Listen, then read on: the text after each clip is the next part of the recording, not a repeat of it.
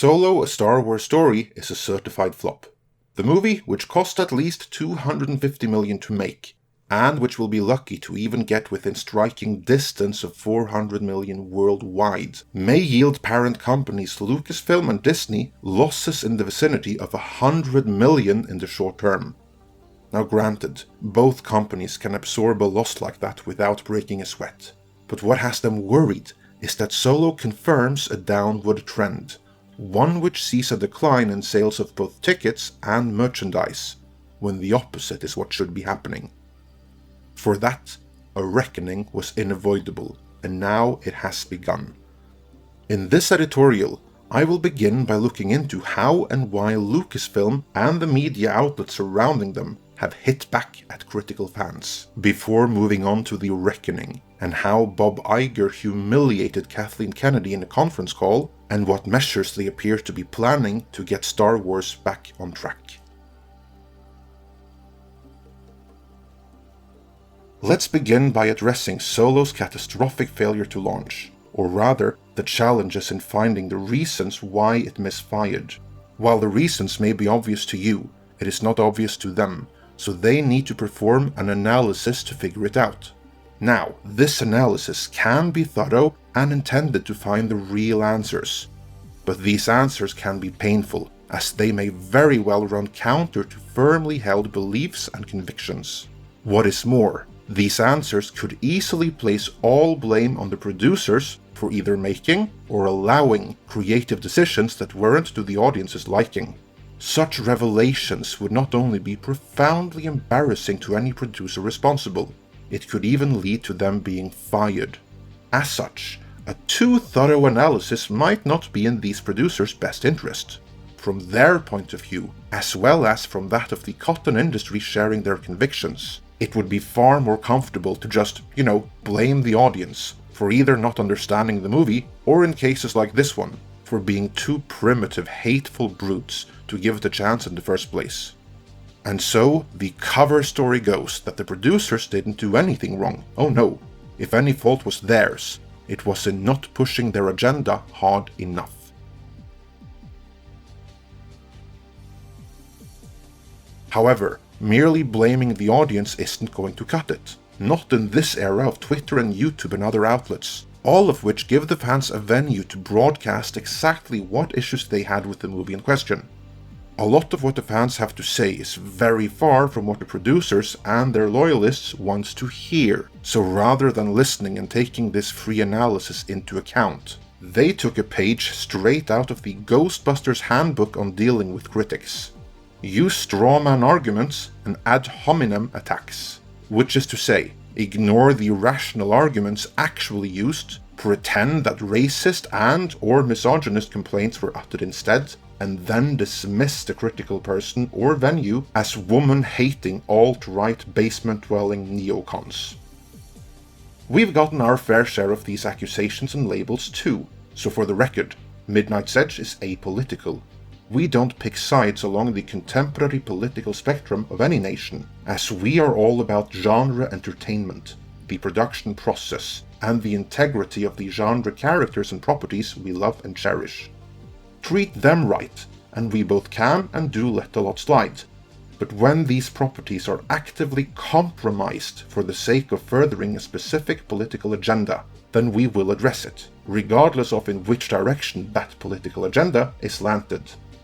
What is far worse than attacks on critical outlets, though, are the attacks on the fanbase at large, which in this case are the worst this side of Star Trek Discovery.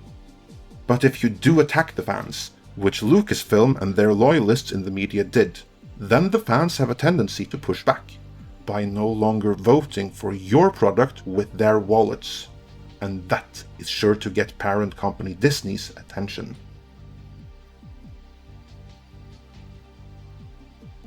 Remember how I said it might not be in the filmmakers' and producers' best interest to look too deeply into why any given movie fails, as it may reflect poorly on them?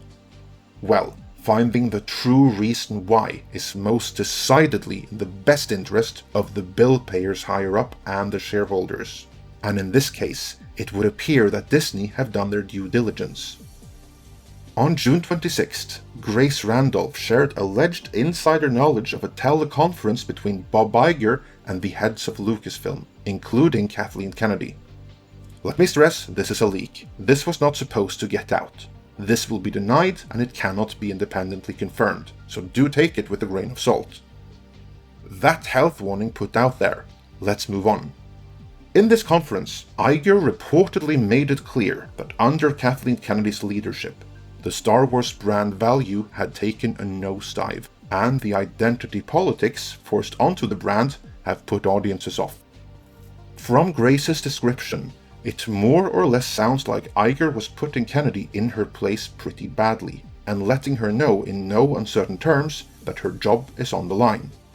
But this wasn't just a conversation between Kennedy and Iger. No, all the heads of Lucasfilm were there. To make the humiliation complete, the heads of Marvel Studios and Pixar, the Disney subsidiaries that actually do work as intended, were invited to listen in on the action as well. If this is true, and I see absolutely no reason why it should not be, this was a case of an employee being humbled in the worst and most humiliating way possible within a professional setting. Being demolished and torn down so brutally, after being built up and praised by Steven Spielberg for her entire career, is likely going to stick with Miss Kennedy for the rest of her life. Apparently, Iger wants to fire her, but he can't, because none of those they approached about replacing her wants the job. Not only is the Star Wars brand in a terrible shape, Lucasfilm has apparently turned into a pretty toxic place as well, the staff being divided between Star Wars fans and Kennedy loyalists. Since they haven't found a replacement, Kennedy will remain for the time being, even if she seemingly has lost Disney's confidence. Not a great place to be, and not one there is any coming back from. If this report is to be believed, then Kathleen Kennedy's days at Lucasfilm are numbered. Her power and influence will be diminished, and changes are coming to Star Wars. The only question is, which ones? On June 20th, Collider reported that Lucasfilm had put development on all Anthology Movies on hold. Case in point, the filmmakers working on the unannounced but in development Obi-Wan Kenobi movie were no longer working on it. The report went on to state that instead of spreading their resources thin on several projects at once, all resources would be pooled into the J.J. Abrams directed Episode 9. There are many out there who thinks this sounds like a great plan. I'm not among them. On the contrary, I think it sounds like a bloody awful plan. First of all, the problem with Solo wasn't that it was an anthology movie. The problem was that it recast a legacy character that should never have been recast, and that it told an origin story for an archetype that kind of relies on not having one. I am in agreement that there should be no more Han Solo movies, and in my opinion, no other anthology movies that require the recasting of unmasked legacy characters like Leia, but anthology movies featuring the masked legacy characters like Boba Fett or Darth Maul or Darth Vader, or an Obi-Wan Kenobi movie featuring the already recast and canonized Ewan McGregor are in my opinion potential tickets to winning the audiences back on board. Instead though, it would appear their plan is to put all their eggs in one basket and focus all their attention on Episode 9. According to the Collider scoop, the focus on all their attention right now is Episode 9, a movie where the release date, script, and production start date were all locked before Solo even opened, and Solo opened just weeks before production on Episode 9 is set to begin, meaning there is no time to make changes in advance. Any retooling will have to be done on the fly during production. If you have followed this channel for some time, this is where you should be getting Justice League flashbacks, because that is exactly what happened there. If you are new to that particular situation, what happened there was that Warner and DC freaked out to the point where new executives were brought in to lord over Snyder while he was supposed to direct, and everyone and their moms gave conflicting notes, and later on, Snyder was replaced by Joss Whedon.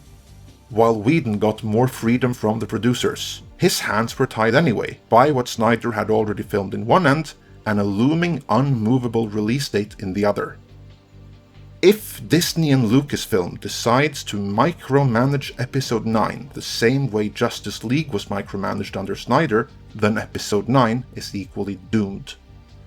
But it doesn't have to play out like that. If Lucasfilm and Disney can resist the temptation to have multiple parties micromanage the production, there may be hope yet. According to Grace Randolph's report, Kathleen Kennedy will take a hands-off approach, she probably has no choice, and let J.J. Abrams make the movie however he sees fit.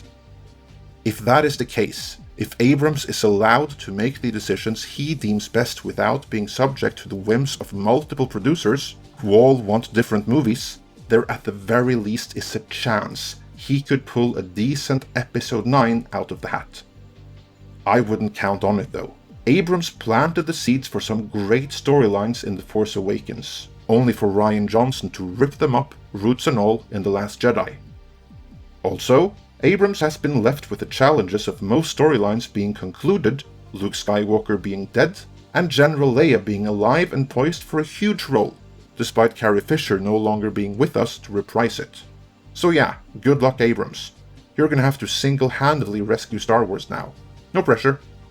But beyond Episode 9, it would appear another measure to rectify Star Wars problems is being implemented. According to Star Wars Newsnet, Disney is, quote, done experimenting with new or unusual filmmakers and will go back to proven veteran talent who they know can handle a big-budget Star Wars production in an effort to prevent future production chaos, drama and firings. My first thought is, Star Wars Newsnet must be confusing Disney with Lucasfilm. Disney has seen their golden goose Marvel Studios hit the jackpot time and again by experimenting with precisely new and unusual filmmakers. Like what? Gunn and Waititi. Hasn't backfired on them yet, quite the contrary. Lucasfilm, on the other hand, have had nothing but trouble using that strategy. What this really is yet another case of producers shifting the blame away from themselves. Their argument goes that the problem isn't just that the fans are too bigoted to enjoy the movie. On top of that, the directors were too new or too unusual to make the movies to begin with. That's a nice attempt at scapegoating right there. But if a director is wrong for any given job, then the fault primarily lies with the producers for failing to properly vet that director in advance. Of course, any production can have the bad luck of things not working out between the director and producer, or the director not being able to deliver what he was hired to do. But when it happens as much as it has done on Star Wars, that suggests the problem is systemic, and that is on the producers. Let us compare Marvel and Lucasfilm in this aspect. Marvel hires young and upcoming directors that are proven storytellers, and then pair them with movies where the story plays to their strengths as storytellers.